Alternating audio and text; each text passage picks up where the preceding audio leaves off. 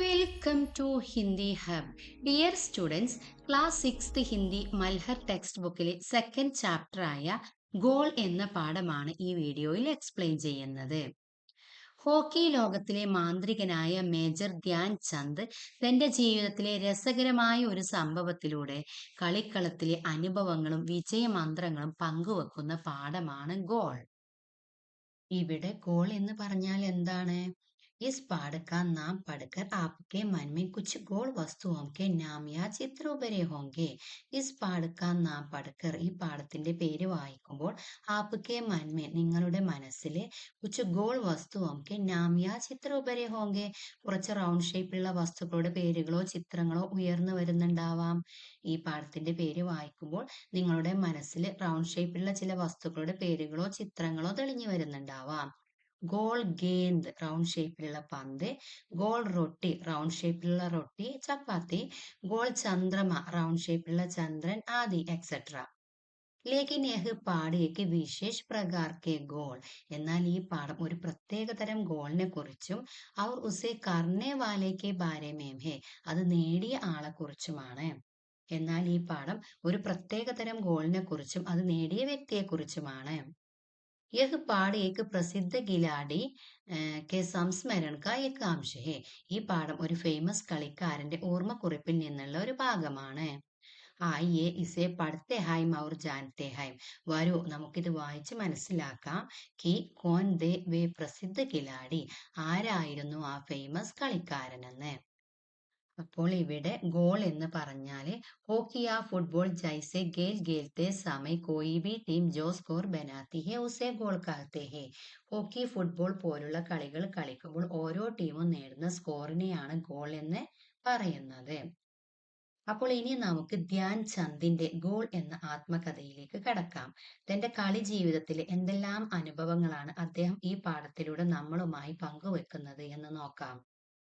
खेल के मैदान में धक्का मुक्की और नोक चोंक की ഘടനായി होती रहती है.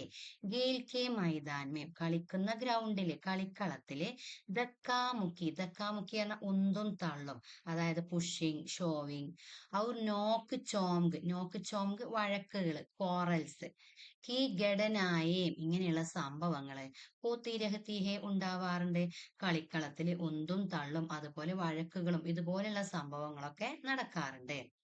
ഗേൽ മേം തോ യഹ് സബ്, കളിയിലാണെങ്കിൽ ഇതെല്ലാം ചൽത്താ ഹി ഹെ പതിവാണ്, കളിയിൽ ഇതെല്ലാം കോമൺ ആണ്.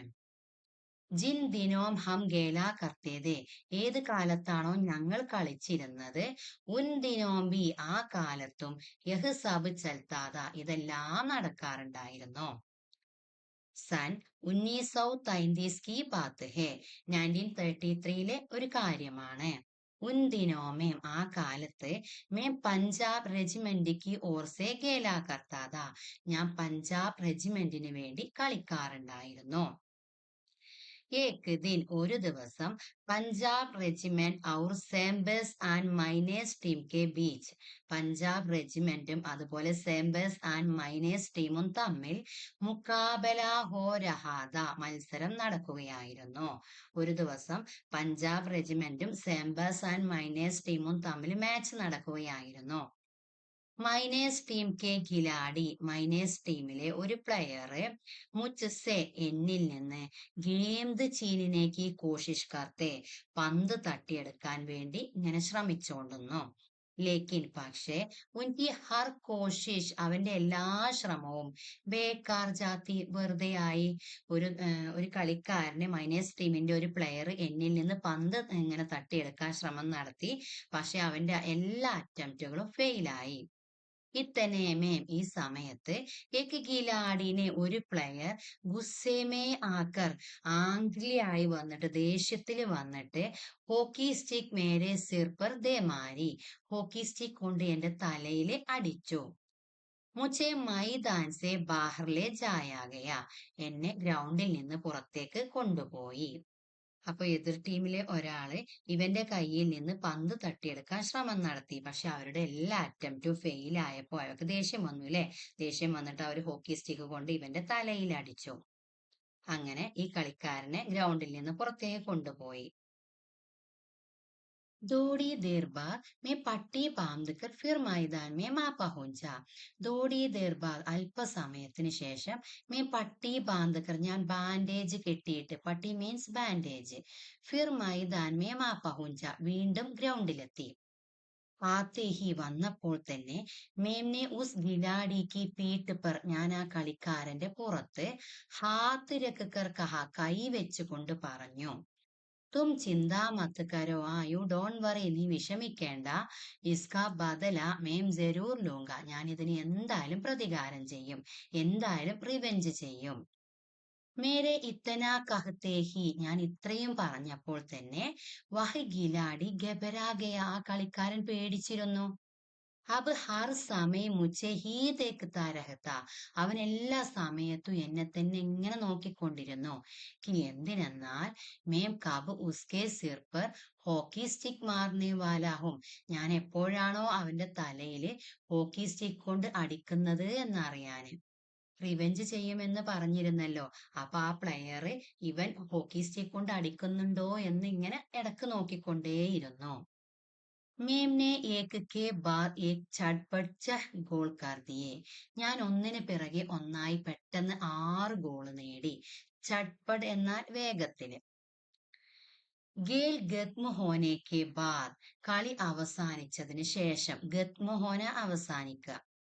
മേംനെ ഫിർ ഉസ് ഗിലാഡിക്ക് പീഠ് ദപ് ദപ്പായി ഔർ കഹാ ഞാൻ വീണ്ടും ആ പ്ലെയറിന്റെ പുറത്ത് ഇങ്ങനെ തട്ടിക്കൊണ്ട് പറഞ്ഞു. ദപ് ദപ്പായി പാറ്റഡ് തട്ടുക തട്ടിക്കൊണ്ട് പറഞ്ഞു. ദോസ്ത് കൂട്ടുകാരാ ഗെയിൽമേം ഇത്തന ഗുസ്സ അച്ഛാ നഹീം കളിയിൽ ഇത്രയും ദേഷ്യം നല്ലതല്ല. മേംനെ തോ അപ്പന ബദല ലേഹി ലിയാ ഹേ ഞാൻ എന്റെ റിവെഞ്ച് ചെയ്ത് കഴിഞ്ഞു. अगर तुम मुझे हॉकी नहीं मारते तो ഷായത് മേം തുമേം ദോഹി ഗോൾ സെ ഹരാത്ത ഒരു പക്ഷെ നീ എന്നെ ഹോക്കി സ്റ്റിക്ക് കൊണ്ട് അടിച്ചില്ലായിരുന്നുവെങ്കിൽ ഞാൻ നിന്നെ 2 ഗോളിന് മാത്രമേ പരാജയപ്പെടുത്തുമായിരുന്നുള്ളൂ. വഹ് ഗിലാടി സച്ച് മുച്ച് ബഡാ ഷർമിന്ദ ഹുവാ ആ പ്ലെയറിന് ശരിക്കും വളരെ ലജ്ജ തോന്നി. ഷർമിന്ദ ലജ്ജ. तो अब तो देखा ആപ്പിനെ മേരാ ബദല ലേനെ കാ ഡങ്ക് നീ കണ്ടോ ഞാൻ നിന്നോട് റിവെഞ്ച് ചെയ്ത രീതി നീ കണ്ടോ. ഡങ്ക് മീൻസ് രീതി. സച്ച് മാനോ സത്യം പറഞ്ഞാൽ ബുരാക്കാം കർണേ വാല ആദ്മി തെറ്റ് ചെയ്യുന്ന മനുഷ്യര് ഹർ സമയ് എല്ലാ സമയത്തും ഇസ് ബാത്ത് സെ ഡർത്താ രഹത്താ ഹെ ഈ കാര്യത്തിൽ പേടിച്ചോണ്ടിരിക്കും. കി ഉസ്കെ സാത്ത് ബി ബുരായി കി ജായെങ്കി അവരോടും ആരെങ്കിലും തെറ്റ് ചെയ്യുന്നുണ്ടോ എന്ന്. സത്യം പറഞ്ഞാൽ തെറ്റ് ചെയ്യുന്ന ഒരാൾക്കും തന്നോടും മറ്റാരെങ്കിലും തെറ്റ് ചെയ്യുമോ എന്ന പേടി എപ്പോഴും ഉണ്ടായിരിക്കും. ബാക്കി നോക്കൂ. ആജ് മേം ജഹാം ബി ജാത്താഹും ഇന്ന് ഞാൻ എവിടെ പോയാലും ബച്ചേ വ ബൂട്ടെ മുച്ചേ ഗേർ ലേത്തെ ഹേ കുട്ടികളും വൃദ്ധന്മാരും എന്റെ ചുറ്റിനും കൂടുന്നു.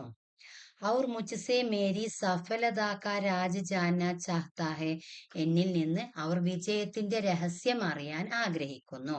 ഇന്ന് ഞാൻ എവിടെ പോയാലും കുട്ടികളും മുതിർന്നവരും എന്റെ ചുറ്റിനും കൂടുന്നു.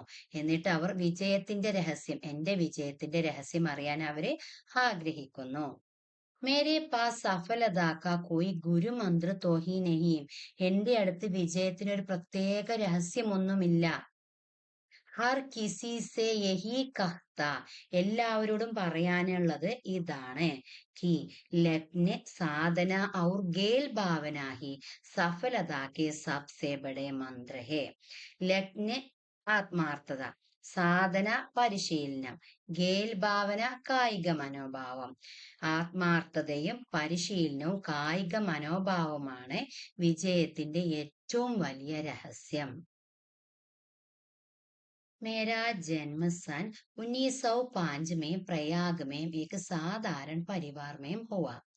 എന്റെ ജനനം 1905 പ്രയാഗിൽ ഒരു സാധാരണ കുടുംബത്തിലായിരുന്നു. ബാദ് മേം ഹം ചാംസി ആക്കർ ബസ് ഗയേ പിന്നീട് ഞങ്ങൾ ഝാൻസിയിൽ വന്ന് അവിടെ താമസമാക്കി. 16 साल की उम्र में 16 വയസ്സ് പ്രായത്തില് मैं फर्स्ट ब्राह्मण रेजिमेंट में एक साधारण सिपाही के रूप में भर्ती हो गया. ഞാൻ ഫസ്റ്റ് ബ്രാഹ്മൺ റെജിമെന്റിൽ ഒരു സാധാരണ സൈനികനായി ചേർന്നു. ഭർത്തി ഹോ ഗയാ ചേർന്നു. മേരി റെജിമെന്റ് കാ ഹോക്കി ഗേൽ മേ കാഫി നാം ദാ. എന്റെ റെജിമെന്റിന് ഹോക്കി കളിയിൽ വളരെ നല്ല പേരായിരുന്നു. പർ എന്നാൽ ഗേൽ മേ മേരി കോയി ദിൽചസ്പി നഹീ തി. കളിയിൽ എനിക്ക് യാതൊരു താല്പര്യവും ഇല്ലായിരുന്നു. ദിൽചസ്പി ഇൻട്രസ്റ്റ്. उस समय हमारी റെജിമെന്റ് കെ സൂബേദാർ മേജർ തിവാരി തെ. അക്കാലത്ത് ഞങ്ങളുടെ റെജിമെന്റിന്റെ സൈന്യാധിപൻ മേജർ തിവാരി ആയിരുന്നു. വേ ബാർ ബാർ അയാൾ വീണ്ടും വീണ്ടും മുझे ഹോക്കി ഖേൽനെ കെ ലിയെ കഹത്തെ. എന്നോട് ഹോക്കി കളിക്കാൻ വേണ്ടി പറയുമായിരുന്നു. ഹമാരി ചാവനി ഞങ്ങളുടെ സൈനിക ക്യാമ്പിൽ ഹോക്കി ഖേൽനേക്കാ കോയി നിശ്ചിത സമയ നഹീന്ത. ഹോക്കി കളിക്കാൻ പ്രത്യേക സമയമൊന്നും ഉണ്ടായിരുന്നില്ല. സൈനിക് ജബ് ചാഹെ മൈതാൻമേ പഹുഞ്ച് ജാത്തെ. സൈനികർക്ക് ഇഷ്ടമുള്ളപ്പോൾ അവർ കളിക്കളത്തിൽ എത്തുമായിരുന്നു. ഔർ അഭ്യാസ് ശുരു കർ ലേത്തെ. എന്നിട്ട് അവർ പരിശീലനം നടത്തുമായിരുന്നു. ഉസ് സമയ തക് മേം ഏക് നൈസിക്കിയ ഖിലാഡി താ. ആ സമയത്ത് ഞാനൊരു തുടക്കക്കാരനായ കളിക്കാരനായിരുന്നു. ഒരു ബിഗിനർ പ്ലെയർ ആയിരുന്നു. നൈസിക്കിയ പുതിയ കളിക്കാരൻ. അപ്പൊ എന്താ ഇവിടെ പറഞ്ഞത്? അദ്ദേഹം 16-ാം വയസ്സിൽ ഫസ്റ്റ് ബ്രാഹ്മൺ റെജിമെന്റിൽ ഒരു പട്ടാള ക്യാമ്പിൽ ചേർന്നു. പിന്നീട് സൂബേദാർ മേജർ തിവാരിയുടെ പ്രേരണയാലാണ് അദ്ദേഹം ഹോക്കി കളിക്കാൻ തുടങ്ങിയത്. ബാക്കി നോക്കൂ. ജൈസെ ജൈസെ മേരെ ഗേൽമേൽ നിക്കർ ആത്താകയ. എപ്പോഴൊക്കെ എന്റെ കളി മെച്ചപ്പെട്ടുകൊണ്ടിരുന്നു, എന്റെ കളി ഇംപ്രൂവ് ആയിക്കൊണ്ടിരുന്നപ്പോൾ വൈസേ വൈസേ മുझे തറക്കി വി മിൽത്തി ഗയി. അപ്പോഴെല്ലാം എനിക്ക് പ്രൊമോഷനും കിട്ടുന്നുണ്ടായിരുന്നു. सन 1936 में बर्लिन ओलंपिक में मुझे ക്യാപ്റ്റൻ बनाया गया. 1936 ബെർലിൻ ഒളിമ്പിക്സിൽ എന്നെ ക്യാപ്റ്റനാക്കി. ഉസ് സമയമേം സേനാമേ ലേൺസ് നായകത. അക്കാലത്ത് ഞാൻ സൈന്യത്തിന്റെ ലേൺസ് നായക ആയിരുന്നു. അതൊരു സൈന്യത്തിന്റെ ഒരു പദവിയാണ് ലേൺസ് നായക്. ബെർലിൻ ഒളിമ്പിക് में लोग मेरे हॉकी खेलने का ढंग से इतने प्रभावित हुए. ബെർലിൻ ഒളിമ്പിക്സിൽ എന്റെ ഹോക്കി കളിക്കുന്ന രീതിയിൽ ആളുകൾ ഇത്രത്തോളം ഇംപ്രസ്ഡ് ആയി. कि उन्होंने मुझे ഹോക്കി കാ ജാദൂഗർ कहना शुरू कर दिया. അവരെന്നെ ഹോക്കിയുടെ മാന്ത്രികൻ എന്ന് വിളിക്കാൻ തുടങ്ങി. ഹോക്കി ഗെയിൽമേം കുശൽ വ്യക്തി എന്നതുകൊണ്ട് അദ്ദേഹത്തിന് മജീഷ്യൻ ഓഫ് ഹോക്കി, ഹോക്കിയുടെ മാന്ത്രികൻ എന്ന് ആളുകൾ വിളിക്കാൻ തുടങ്ങി. ഇസ്കാ മത്ലബ് ഇസ്കാ യഹ് മത്ലബ് നഹീം. ഇതിന്റെ അർത്ഥം ഇങ്ങനെയല്ല. കി സാരേ ഗോൾ മേം ഹി കർത്താത. മുഴുവൻ ഗോളും ഞാനാണ് നേടിയത് എന്നല്ല. മേരി തോ ഹമേഷ യഹ് കോഷിഷ് രഹതി. ഞാൻ എപ്പോഴും ഇതിനു വേണ്ടിയാണ് ശ്രമിച്ചുകൊണ്ടിരുന്നത്. കി മേം ഗേന്ദ് കോ ഗോൾ കെ പാസ് ലേ ജാക്കർ. ഞാൻ പന്തിനെ ഏതെങ്കിലും പോസ്റ്റിന്റെ അടുത്ത്, ഗോൾ പോസ്റ്റിന്റെ അടുത്ത് എത്തിച്ചിട്ട് അപ്പനെ കിസി സാത്തി ഗിലാഡിക്കോ ദേദും, എന്റെ ഏതെങ്കിലും സഹകളിക്കാരന് നൽകും. താക്കി ഉസേ ഗോൾ കർണേക്കാ ശ്രേയ് മിൽ ജായേം. അവന് ഗോൾ നേടാനുള്ള അംഗീകാരം ലഭിക്കണമെന്നായിരുന്നു എന്റെ ആഗ്രഹം. അപ്പോ പന്ത് ഗോൾ പോസ്റ്റിൽ അടുത്തെത്തിച്ച് എന്റെ ഏതെങ്കിലും സഹകളിക്കാരന് കൈമാറി അവന് ഗോൾ ചെയ്യുമ്പോൾ അതിനുള്ള അംഗീകാരം അയാൾക്ക് ലഭിക്കണമെന്നായിരുന്നു എന്റെ ആഗ്രഹം. അപ്പനെ ഈ ഗേൽ ഭാവനാക്കെ കാരൺ. തന്റെ ഈ കായിക മനോഭാവം കൊണ്ട് തന്നെ മേംനെ ദുനിയാക്കെ ഗേൽ പ്രേമിയോക്കെ ദിൽ ജീത്ത് ലിയ. ഞാൻ ലോകത്തിലെ മുഴുവൻ കായിക പ്രേമികളുടെ ഹൃദയവും കീഴടക്കി. ബെർലിൻ ഒളിമ്പിക് മേം ഹമേ സ്വർണ്ണ പതകമില.